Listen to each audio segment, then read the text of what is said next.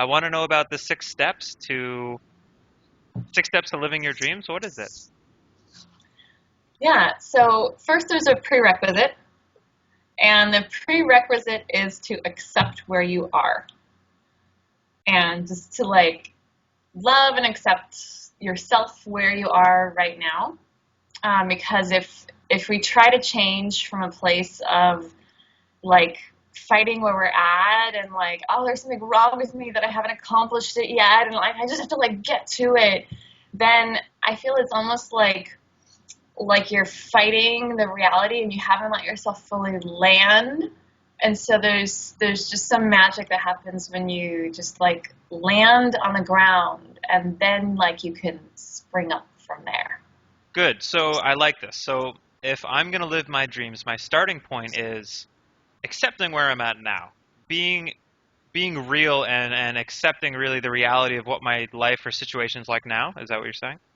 hmm Yeah, yeah, like not beating yourself up about it or not comparing yourself to other people or like wishing it was different or like I just have to like get to that future point and then I'll be happy and okay with myself, but just like okay, this is the first step in the road and we can totally honor that. I love that. Cool. That's the prerequisite. And then there's six steps. Yeah. I'm so excited. Yeah. Okay. So the first step is to let yourself want what you want. And it sounds really simple, but it can be like a big thing for some people to actually allow themselves to go for their dream, like, and to not, get their energy sucked away by stories of like, well, it's too late for that now, or that's not realistic. So just like letting yourself fully want what you want. Sure. Yeah. I was trying to even think like if someone judges them or says that's crazy or that'll never happen or whatever it might be. Yeah. Yeah, it's like your heart has this desire for some good reason, you know? It's like this is your inner wisdom communicating to you through that desire. So we really do ourselves a favor when we honor that. I love that. That's great. So if I honor that and I really allow myself to want what I really want, what would the second step of the six step journey of living my dreams, or what is it? Doing my dreams? Yeah, yeah, yeah, living your dreams, yeah. Sure. Um, then the next step is to commit 100% to what you want. So, like, going for it fully, and there's this saying that, like, 99% is a bitch and 100% is a breeze. So when one little part of ourselves is fighting against the rest of ourselves, it can just be really hard to move forward. So just like, okay, this is my dream, maybe a crazy dream, but if I'm all in, then it just like it ends up working out, or like maybe that dream will take you to the next thing that you're meant to be doing. But that's where movement happens, is when you're all in. I love that. Good. Can you take us Okay. to the third step? I'm like dying to know what it is. Okay. So the next one is to take 100% responsibility for what you're creating.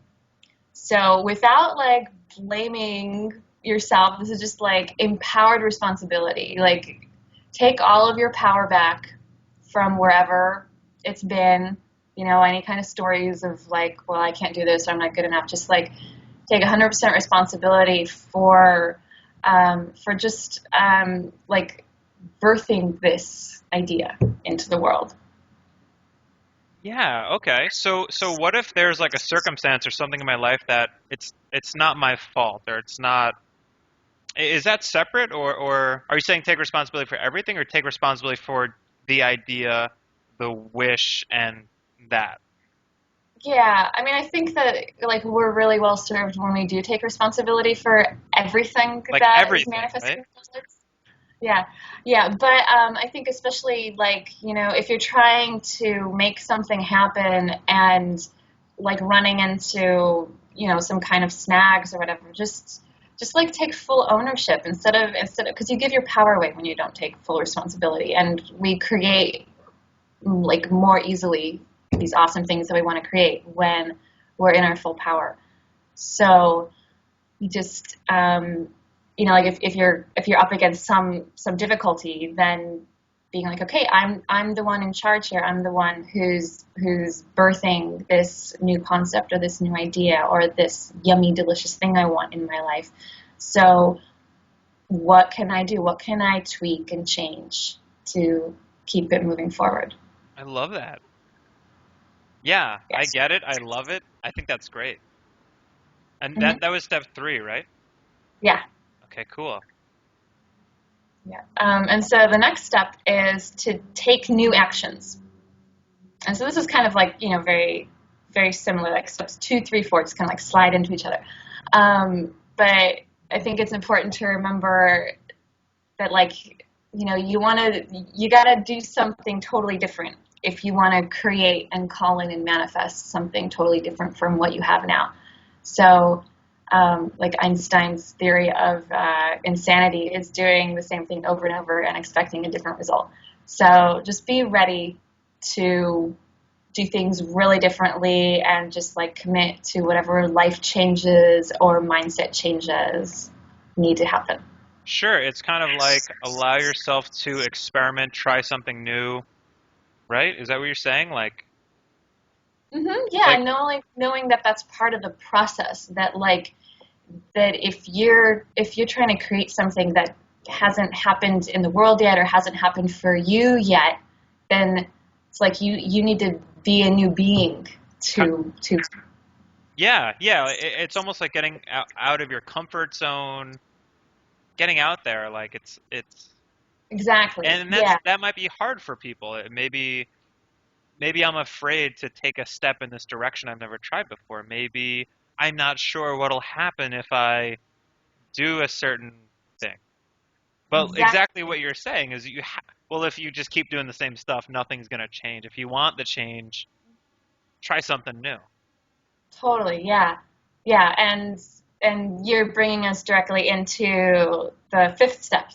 Like right after that is just to be compassionately curious about any resistance that comes up.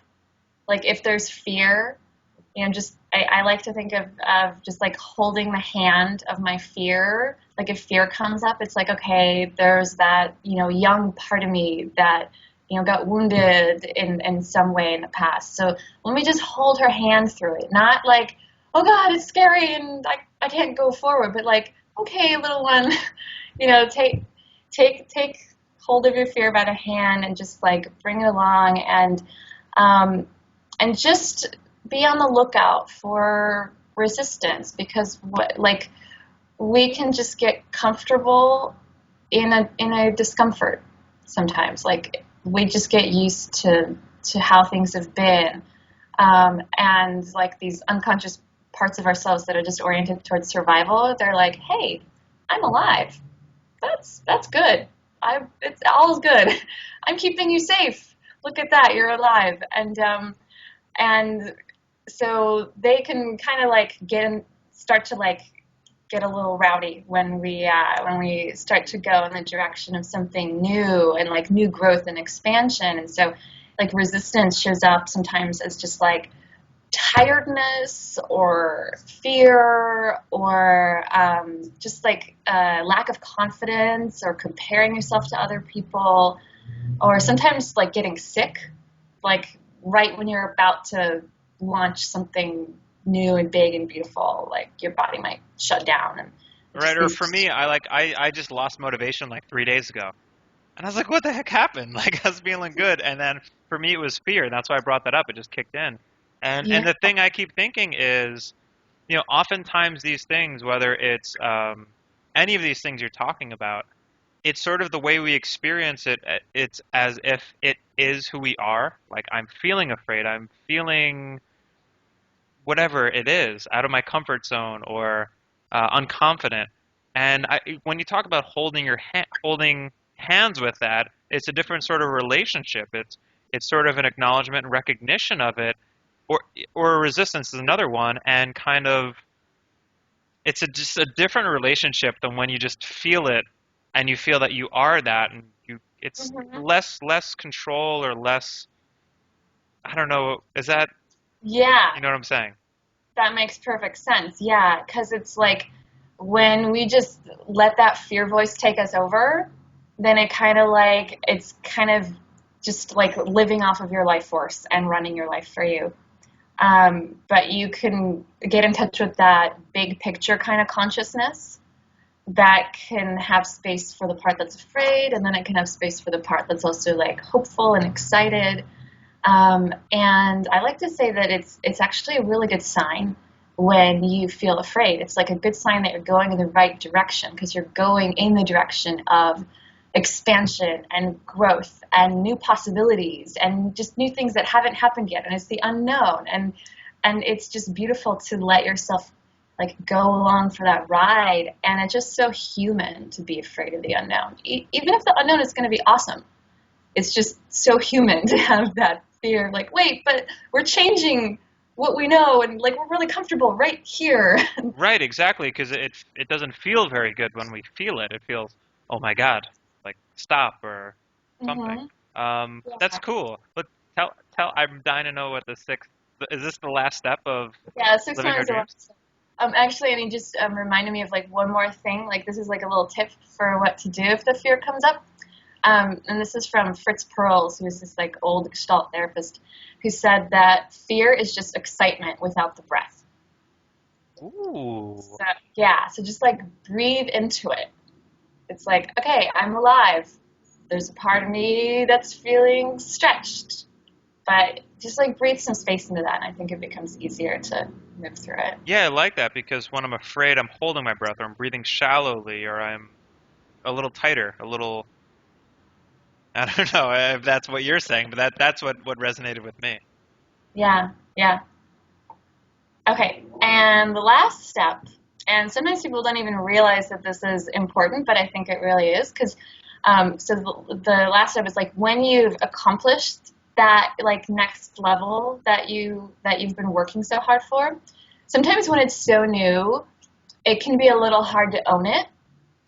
Like we can, and I see this come up all the time for people. It's really interesting, and it totally came up for me when I was just like doing this work in my own life, just like really like stretching for just like living the most fulfilled life I could. Just like a little bit of like worry that this could be taken away, or like is this just a fluke?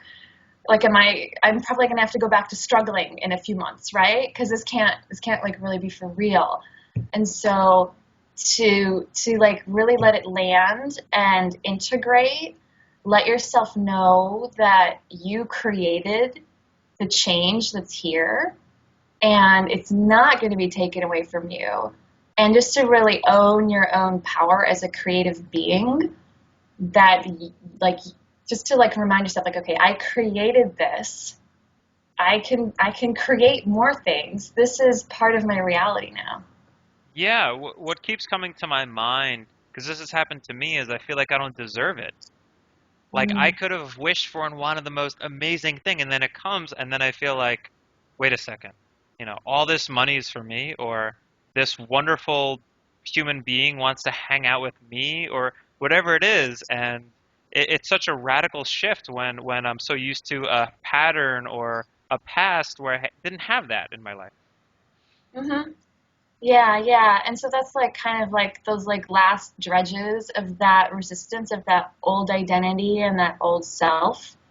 Just like, whoa, this feels different. Can we allow this into the system?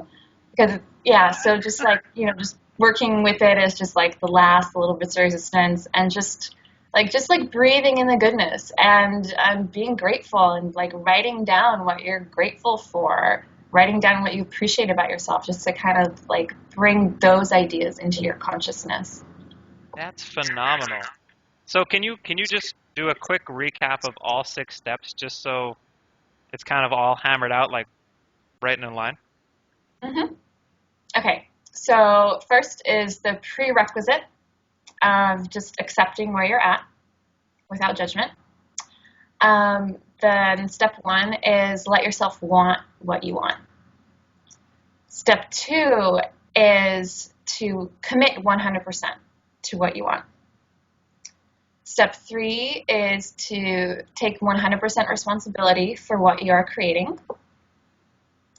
And step 4 is to like be prepared to make new actions and to just behave differently.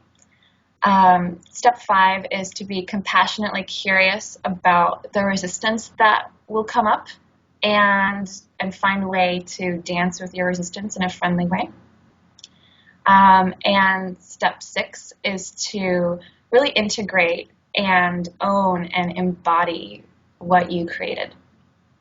Yeah, that's perfect. I love how you just delivered that. And I'm just responding what came to my mind as you were saying all this is every step, what kind of is a common is it's all about making this change, right? It's sort of like you went the other way. You started with the change, and now we're talking about expanding into the 6 steps of how you make that change. And there's all these little parts of the process that is easy to get caught in because we're so habitual and we're Yeah. so used to what we've just been doing the last 10 years or whatever that Yeah. making this change there's several components of doing it. Hmm.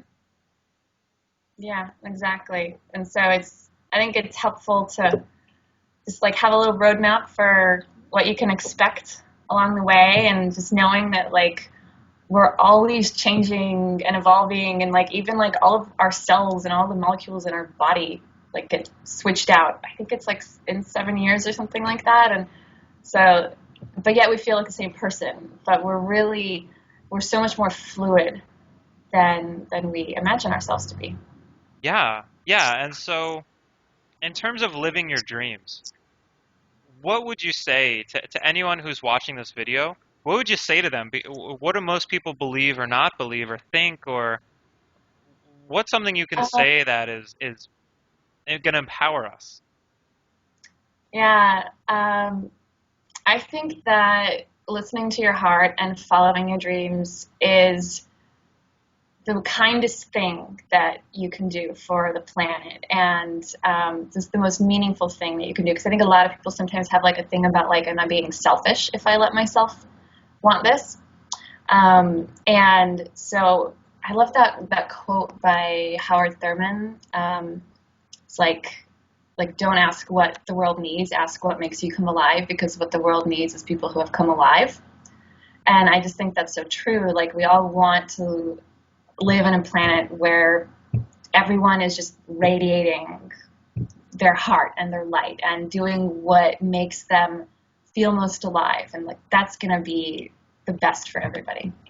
And for anyone who's, let's say, doubting or afraid or unsure or, I don't know, any emotions that will come up or things that will come up to stop them or keep them stuck from living their dreams, what would you say to them? Um, that you are a precious human soul and it's your birthright. You have the same right as any other being on this planet right now to listen to your heart and follow your dreams. And when they hear that resistance that says, you say that, and then they say that to them, I say that to myself, okay, I have the birthright and I have the right, I should live my dream tonight. And then the voice in my head comes up and says, that's not true, or, you have to go to this job that you don't love, or whatever that might be. Like, how do I deal with that? Hmm. Yeah. So I think like loving and honoring the resistance, like it's just trying to keep you safe. It's like, well, I can't focus on living my dreams because I just have to survive. And what I've been told is that we just have to work hard and suffer, and life is hard, and we just have to kind of like make it through and survive.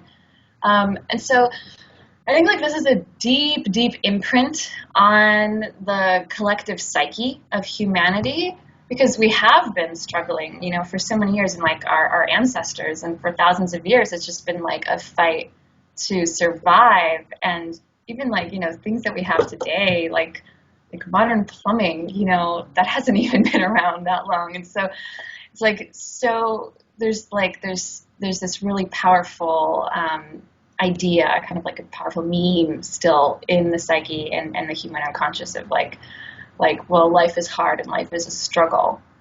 So really, I think just like aligning with the idea of evolution, like speaking kindly to that part of yourself that's still kind of like aligned with like, well, life is a struggle and I'm trying to keep you safe and alive. And this is what I learned, that it's hard. So you just have to like work hard and just power through it. It's kind of just, I don't know, beaming some love to that part, saying like, thank you so much for trying to keep me safe. So when we think the resistance and it feels like it's seen, it starts to like loosen up. It's like, okay, okay, you hear me. Okay, this is good. And you can kind of like dialogue with it and sort of like be friends with it and like, okay, part that's trying to keep me safe. I'm just letting you know that the world is different and I actually really am safe and it's okay. Like I have everything I need. I have more than I need. I can start expanding and growing. That's awesome. Yeah, I love the way you put that. Yeah, I'm just sitting here thinking and just taking it all in. So, thank you so much, Anya. Yeah. Yeah. Great talking to you.